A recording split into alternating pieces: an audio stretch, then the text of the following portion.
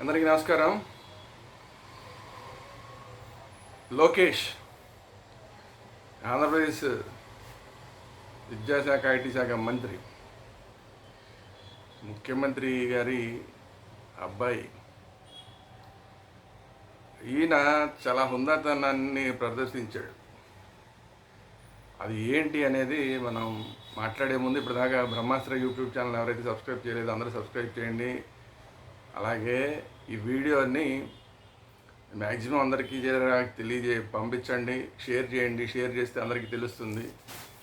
ఎక్కువ మంది తెలుగుదేశం అమ్మాయిలు కానీ ఎవరైతే ప్రజాస్వామ్యాన్ని ఇష్టపడే వాళ్ళు ఉంటారో అలాంటి వాళ్ళందరికీ కూడా ఈ వీడియో చేరితే కనుక ఇంకా కొంతమంది రాజకీయ నాయకులు మంచి మార్గంలో నడవడానికి అవకాశం ఉంటుంది. కాబట్టి ఈ వీడియోని అందరికీ షేర్ చేయండి. అదేవిధంగా మీ యొక్క అభిప్రాయాలు ఏవైతే ఉంటాయో వాటిని కామెంట్స్ రూపంలో తెలియజేయండి. లోకేష్ గారు ఈ మధ్య చాలాసార్లు చాలా మంచి విషయాలకి ఫేమస్ అవుతున్నాడు. ఆయన గతంలో మనం లోకేష్ గారు ఏ విధంగా ఫేమస్ అయ్యాడంటే ఆయన్ని ప్రతిపక్షాల వాళ్ళు ఎక్కువ మంది ఇబ్బంది పెట్టడం, రకరకాలుగా ఆయన్ని మాట్లాడడం, పప్పు అని మాట్లాడడం, ఇట్లాంటివన్నీ జూనియర్ పప్పు అని మాట్లాడడం, ఇట్లాగా ఆయన ఎక్కడన్నా భాష విషయంలో సరిగా మాట్లాడలేకపోవడం, ఇట్లాంటి వాటి వల్ల ఫేమస్ అయ్యేవాడు ఆయన. అట్లాంటి లోకేష్ గారు చాలా పరిణితి చెందిన రాజకీయ నాయకుడిగా తయారవుతాడు. ఇది ఎప్పుడంటే గత కొంతకాలం నుంచి ఆయన ఎప్పుడైతే ప్రజల్లోకి వెళ్ళి ఒక పాదయాత్ర చేశారో, యువగళం పాదయాత్ర చేశాడో అప్పటి నుంచి ఆయనలో చాలా మెచ్యూరిటీ కనిపిస్తోంది. ఆ తర్వాత నుంచి ఆయన భాష మారింది, ఆయన మాట్లాడే తీరు మారింది, ఆయన నడక మారింది, నడత మారింది, అన్నీ మార్పులు కనబడుతున్నాయి. ఇది ఎవరైనా మెచ్చుకోవాలి. పార్టీలకు అతీతంగా కూడా మనం ఖచ్చితంగా లోకేష్ గారిలో వస్తున్న ఈ పరిణితిని మెచ్చుకోవాలి.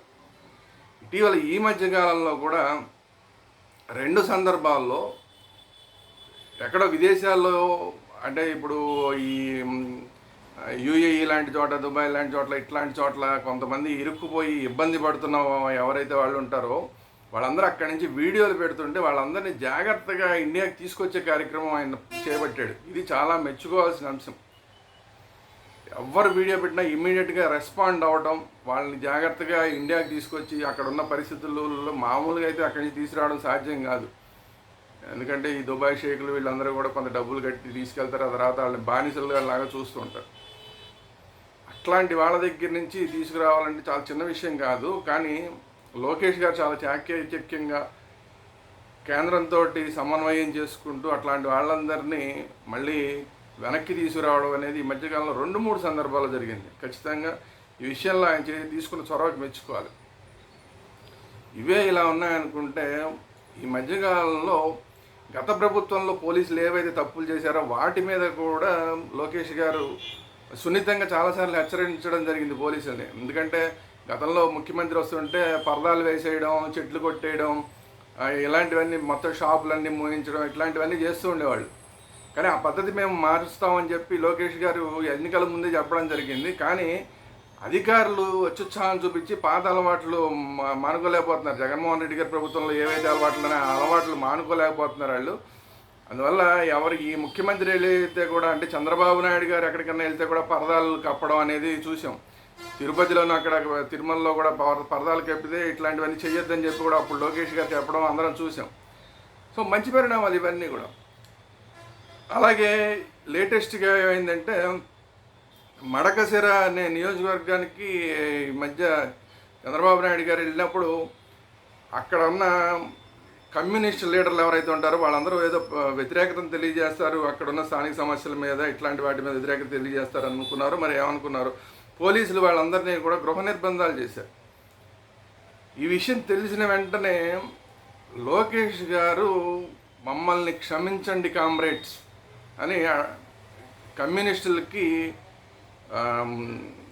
ఏమాత్రం అసలు ఆలోచించగా క్షమాపణలు కూడా కోరిన సందర్భం మనం లేటెస్ట్గా చూసాం.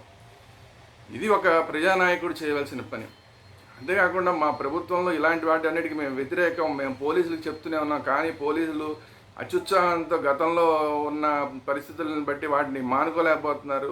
అందువల్ల మిమ్మల్ని అరెస్ట్ చేశారు, క్షమించండి, మమ్మల్ని క్షమించండి కామ్రేడ్స్. ఎప్పుడైనా సరే మమ్మల్ని క్షమించండి అని చెప్పి ఒక మంత్రి స్థాయిలో ఉన్న వ్యక్తి, అది కూడా ముఖ్యమంత్రి కొడుకుగా ఉన్న వ్యక్తి చెప్పడం చిన్న విషయం కాదు. జనరల్గా అందరికీ అహంకారాలు ఉంటాయి.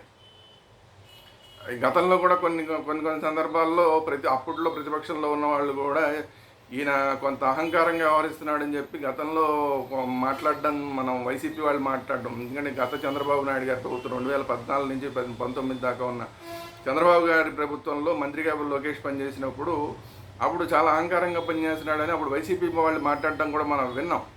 కానీ ఇప్పుడు ఎంత మార్పు అంటే నిజంగా మమ్మల్ని క్షమించండి కామ్రేడ్ అని మాట్లాడడం అనేది చిన్న విషయం కాదు. అది కాకుండా ఆయన ప్రత్యేకంగా చెప్పింది ఏంటంటే, మా ప్రభుత్వంలో ఇప్పుడు ఖచ్చితంగా ప్రజాస్వామ్య విలువల్ని కాపాడుతాం, ప్రజలకి నిరసన తెలియజేసే హక్కును కూడా కాపాడుతాం అంటున్నారు. అంటే ఒకవేళ నిజంగా కామ్రేడ్స్ కానీ లేదంటే వేరే వర్గాలు ఎవరైనా సరే, కమ్యూనిస్టులు కానీ వేరే ప్రతిపక్షాలు ఎవరైనా సరే ప్రజాస్వామ్యంగా నిరసన జరుపుతాం అంటే కనుక దాన్ని స్వాగతిస్తాం తప్ప ఇట్లా అరెస్టులు చేయడం, హౌస్ అరెస్టులు చేయడం ఇట్లాంటివన్నీ చెయ్యమని చెప్పి లోకేష్ గారు చెప్పారు. ఇది చాలా చాలా మంచి నిర్ణయం, చాలా పెద్ద నిర్ణయం కూడా. అంటే ఈ మధ్యకాలంలో గత 5 ఏళ్లలో మనం ఎక్కడ చూడలేదు. సో అందువల్ల నిజంగా ఈరోజు మమ్మల్ని క్షమించండి కామ్రేడ్స్ అని ఏదైతే లోకేష్ గారు మాట్లాడారో ఇది ఆయనలో ఉన్న పరిణితిని తెలియజేస్తుంది. నాయకత్వానికి రేపు పొద్దున నాయకత్వం ఎలా వహిస్తాడో ఆ పార్టీకి, తెలుగుదేశం పార్టీకి అనుకున్న వాళ్ళకు కూడా ఇప్పుడు కొంచెం ఈ లోకేష్ గారు చూపించే మెచ్యూరిటీ ఏదైందో ఇది ఖచ్చితంగా ఈయన నాయకత్వాన్ని రాబోయే రోజుల్లో తెలుగుదేశం పార్టీకి నాయకుడిగా అవడానికి కూడా తయారవుతున్నాడన్న విషయాన్ని కూడా స్పష్టం చేస్తున్నాయి. అది మాత్రమే కాకుండా ఇలా ప్రజాస్వామ్య విలువల్ని కాపాడదామని చెప్పడం ద్వారా మంత్రిగా కూడా ఆయన బాధ్యతలను ఎంత బాగా నిర్వర్తిస్తున్నాడు అనేది కనబడుతోంది. సో ఇవన్నీ కూడా మంచి లక్షణాలు. ఒక యువ నాయకుడు తయారయ్యే విధానం ఏదైతే ఉందో అది సరైన విధానంలో ఇప్పుడు లోకేష్ గారు గతంలో ఎలా ఉన్నా కూడా ఇప్పుడు సరైన విధానంలో లోకేష్ గారు సరైన మార్గంలో, సరైన విధానంలో వెళ్తున్నట్టుగా స్పష్టంగా కనిపిస్తుంది. చూద్దాం, ఇలాగే వెళ్తే కనుక మంచి నాయకుడు అయ్యే అవకాశాలు ఖచ్చితంగా కనబడుతున్నాయి లోకేష్ గారి విషయంలో.